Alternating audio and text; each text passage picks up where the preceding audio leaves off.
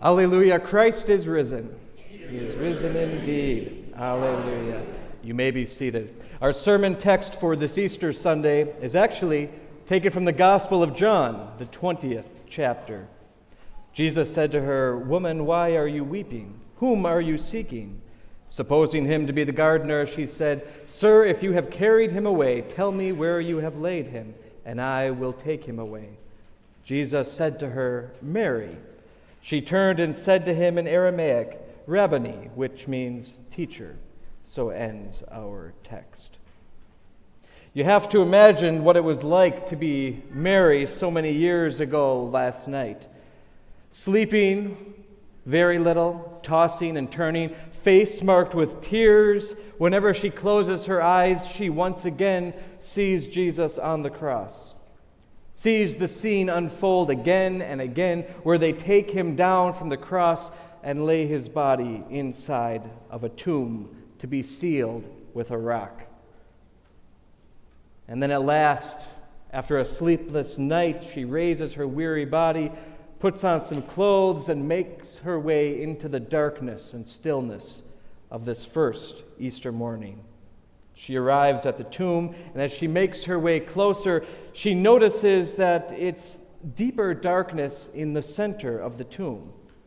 It's nothing at all. It's a hole where a rock was supposed to be, and she bursts into tears. They must have stolen his body. After a horrible execution, they won't even let Jesus rest in peace.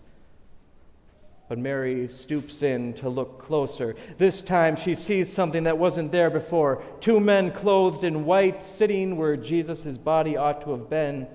"Why are you weeping?" asks one. "They've taken my Lord, and I don't know where they've put him." She spins around to run away, but something blocks her, asking her again, "Why are you weeping?" "Sir, if you have carried him away, tell me where you have put him, and I will take charge of his body."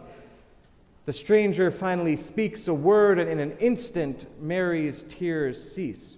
She focuses entirely on this person when he says, "Mary." First words matter. They are important. Every parent oohs and ahs over their baby's first word, no matter how garbled or indistinct.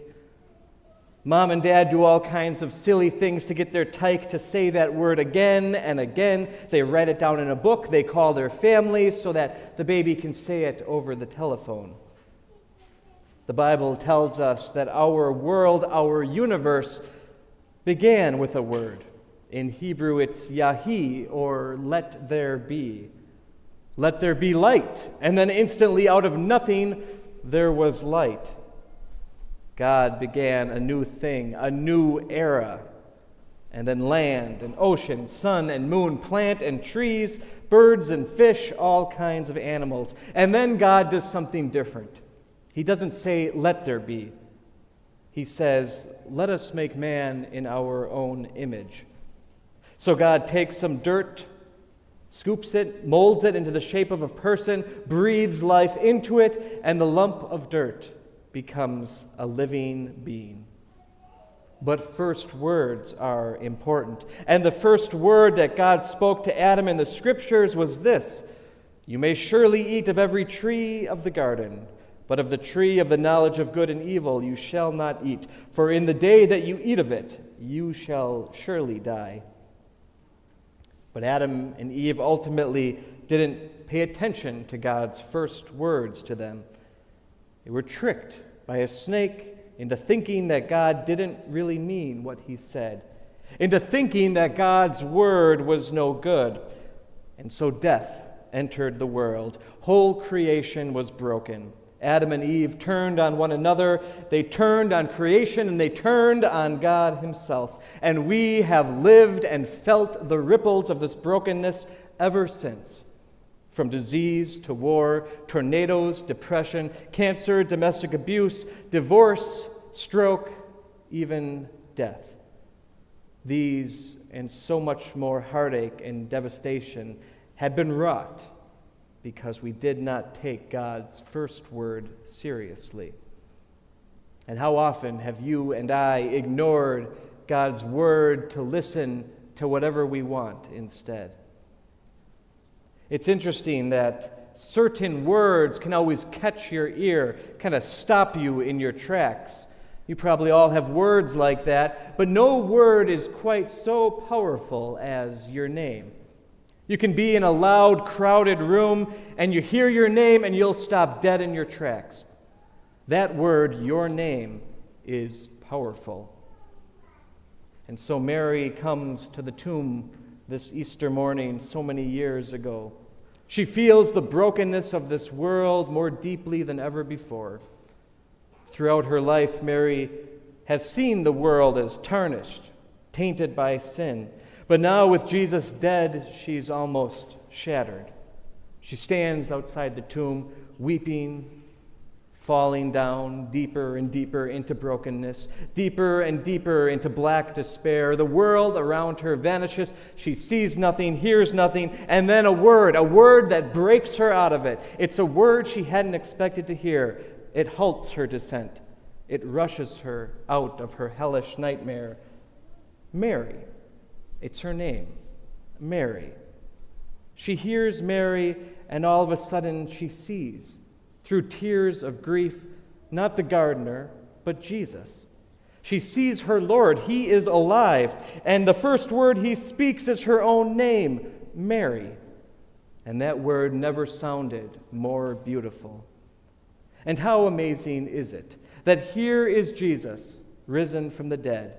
Here is Jesus, the first fruits of a new creation, a creation restored from sin and brokenness. Here is Jesus, the fulfillment of everything that God promised since the fall.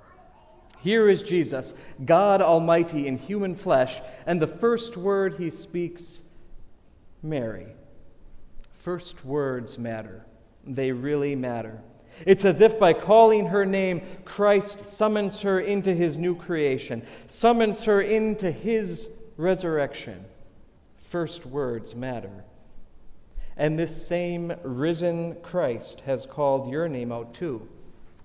At the font, when water was splashed on your head, he called your name.